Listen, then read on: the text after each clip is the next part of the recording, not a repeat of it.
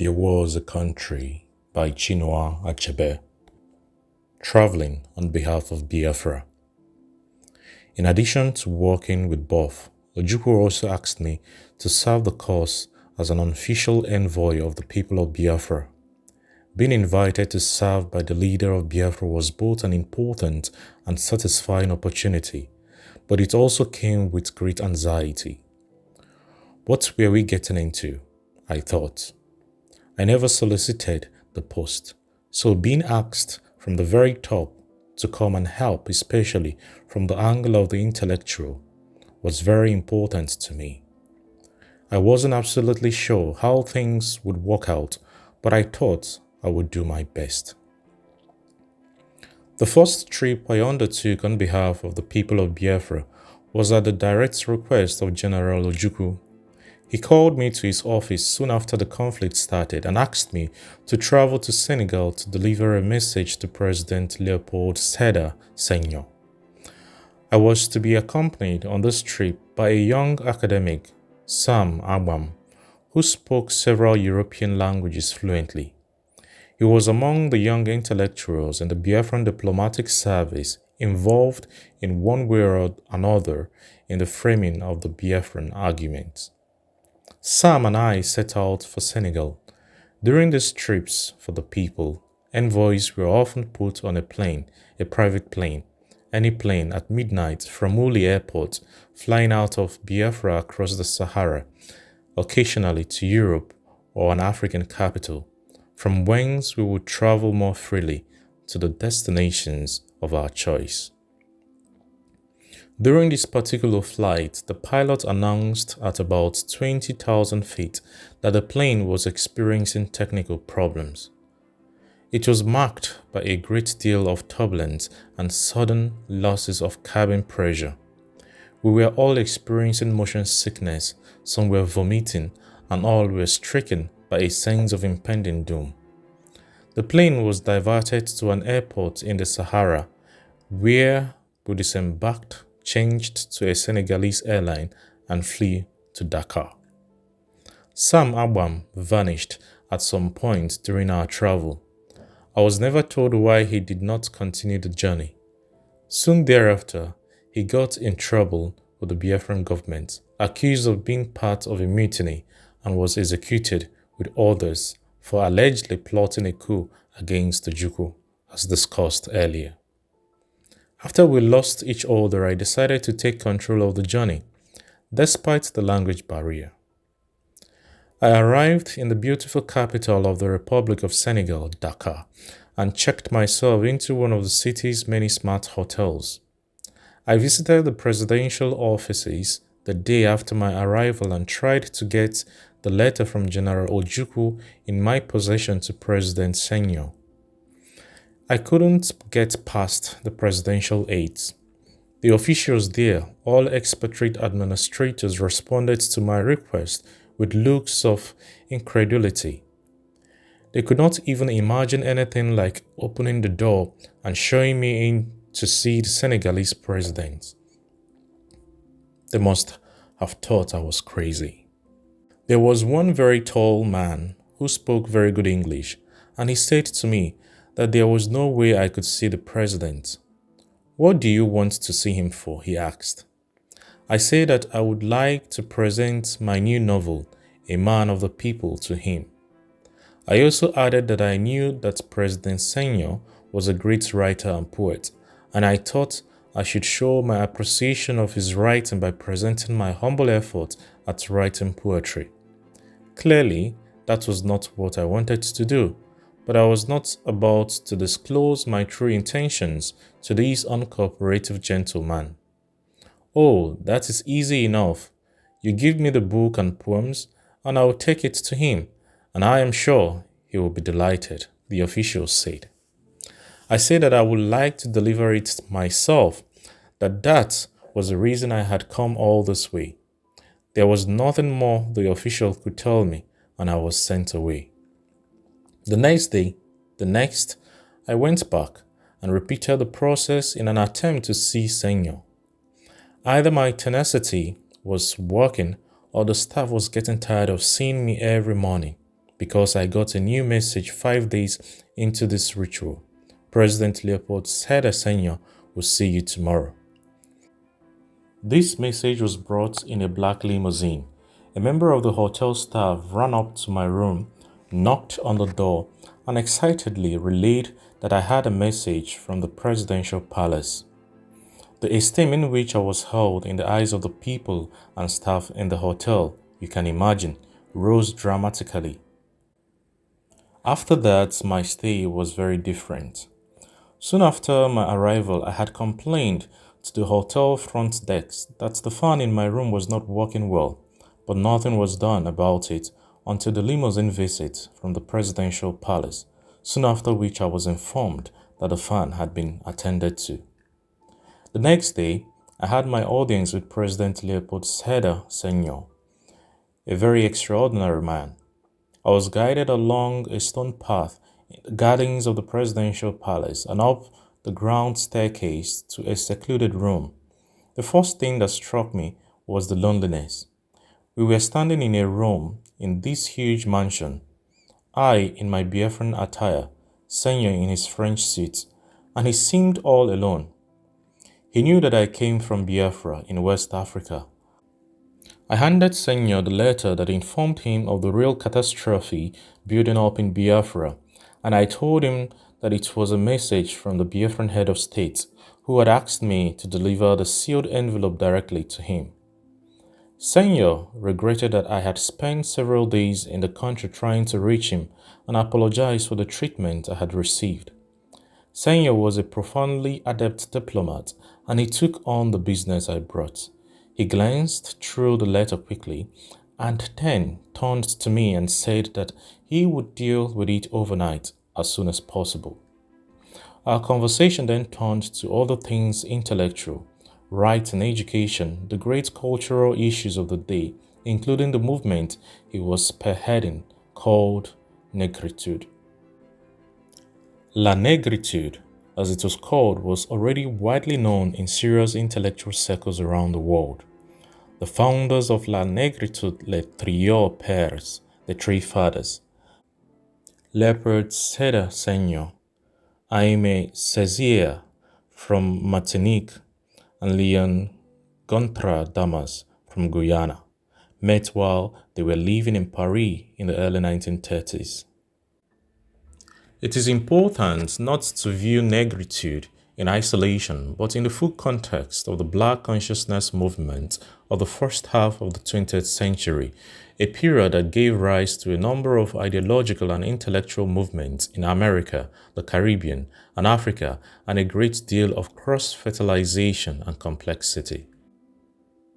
Negritude in Africa can be seen as an extension of the earlier work of W.E.B. Du Bois, Booker T. Washington, Marcus Garvey, and C.L.R. James, among others. They all established Black intellectual and political liberation struggles, but from very different, albeit equally important, vantage points in America. In the African context, it was a reaction to the colonial experience through literature and political thought. It had powerful political allies in Nnamdi Azikiwe in Nigeria, Kwame Nkrumah in Ghana, Jomo Kenyatta in Kenya, Julius Nyerere in Tanzania, Patrice Lumumba in Congo, and later Nelson Mandela, Steve Biko, and Walter Sisulu in South Africa. It is pertinent to note that the independence movement in Africa in turn had a profound impact on the civil rights movement in America. I found what these intellectuals were trying to achieve: the reclamation of the power of self-definition to recast Africa's and therefore their own image through the written word, incredibly attractive and influential. Here were highly sophisticated individuals who believed in the need for Blacks who had been victims of historical dispossession to appreciate and elevate their culture, literature, arts, music, dance, etc. They encouraged Africans, in the word's broadest definition, to celebrate and espouse their culture as not only not inferior to European culture and civilization, but equally acceptable, even if fundamentally different. Negritude also held that the rest of the world would benefit from such an intellectual black renaissance, which would at last produce an environment where race, a core factor of our existence, and the negative baggage linked to its definition and meaning would be effectively de-emphasized, liberating the world's people to work together unencumbered. It was very heavy stuff indeed. It is perhaps a great testament to the importance of this new thinking that it drew admirers as diverse and important as Frantz Fanon, who studied with Aimé Césaire, the great French writer Jean-Paul Sartre, and the Haitian writer Jacques Romain, as well as critics such as Wole Soyinka, who famously dismissed it. Senyo told me about the education minister who had been trained under him and had submitted a bill to parliament to abolish the use of all French text in all institutions of education in Senegal. Senyo smiled and told the young minister, "Thank you for your bill, but that would be too much negritude." We both laughed and then talked for about 2 hours discussing his poetry and that of others from the black diaspora: Okibo, Derek Walcott, Aimé Césaire, Langston Hughes, Countee Cullen, etc. He took me to one of the great windows of the presidential palace and showed me two hills. He observed that the mountain tops looked like a lady lying down. I also made an extensive trip to Scandinavia on behalf of the people of Biafra around this time. The Scandinavians had made great humanitarian gestures to alleviate the suffering in Biafra. I was also curious to visit the land of one of the most legendary of all the Europeans who came to our aid, the Swedish aristocrat Carl Gustaf von Rosen. On this trip, I visited Sweden, Finland, and Norway. I remember Norway vividly. Even though I visited during the winter, it appeared a lovely country, subdued, calm, and temperate. The people seemed very serious-minded and business-like, and very progressive in their thinking. My host took me almost immediately after I arrived to the parliament. What struck me about this particular day was the importance the Norwegians place on time, even more than I had encountered in England.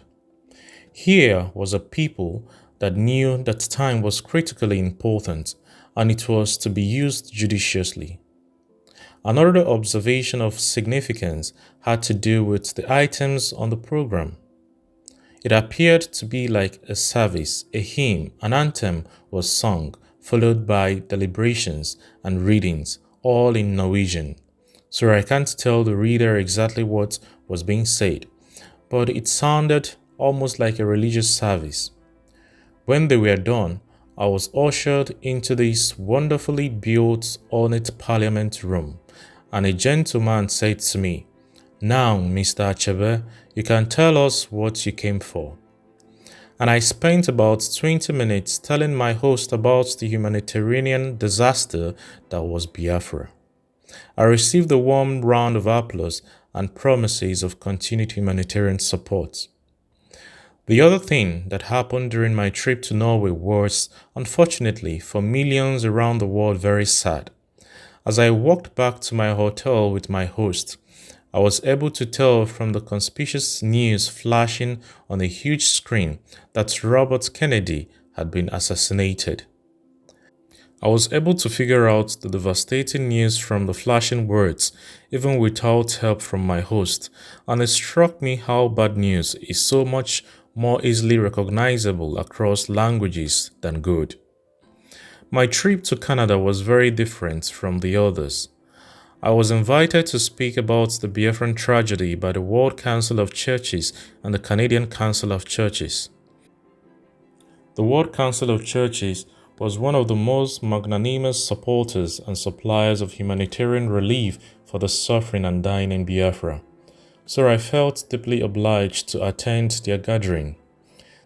The General Secretary of the WCC, Eugene Carson Blake, and the Honorary President of the WCC, Willem Vicet Hooft, from the Netherlands, were very decent men. Blake, an American, was an ardent supporter of the American civil rights movement and a co-author of the WCC's anti-racism policies.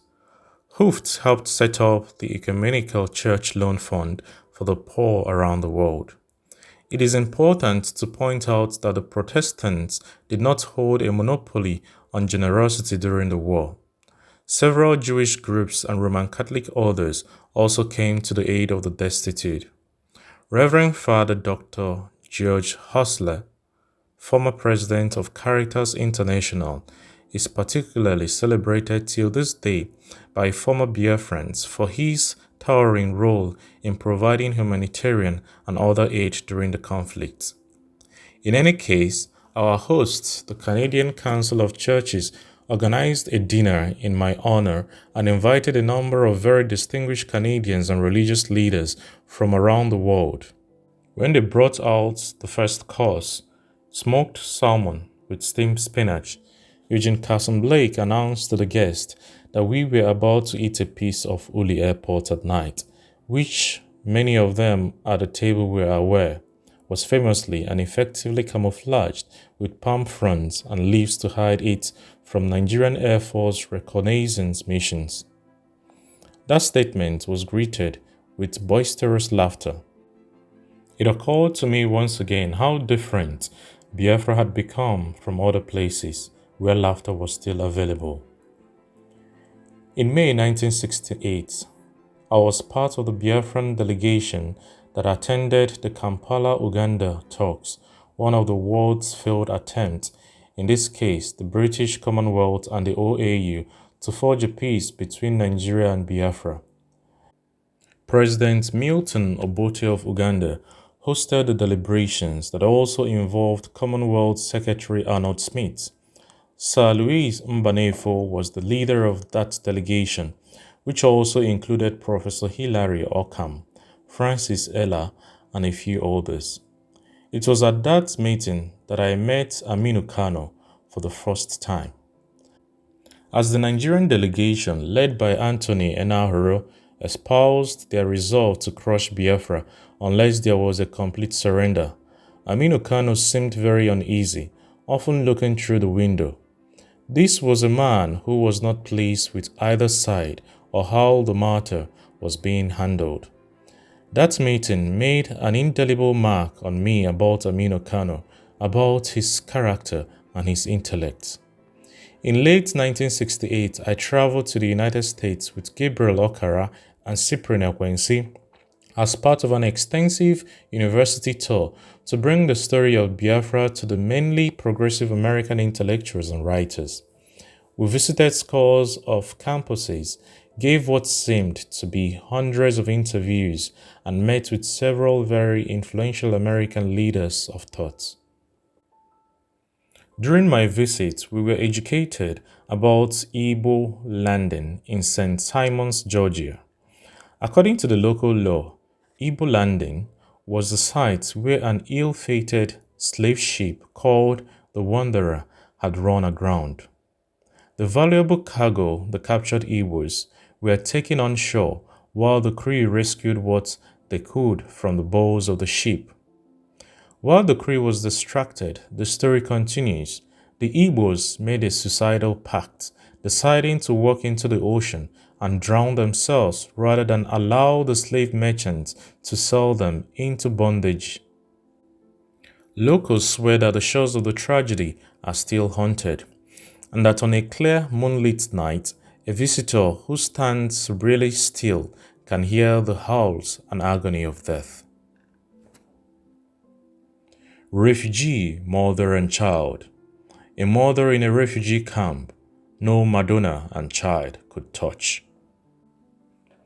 Her tenderness for a son, she soon would have to forget. The air was heavy with odors of diarrhea, of unwashed children with washed-out ribs and dried-up bottoms waddling in labor steps behind blown empty bellies. Most mothers there had long ceased to care, but not this one.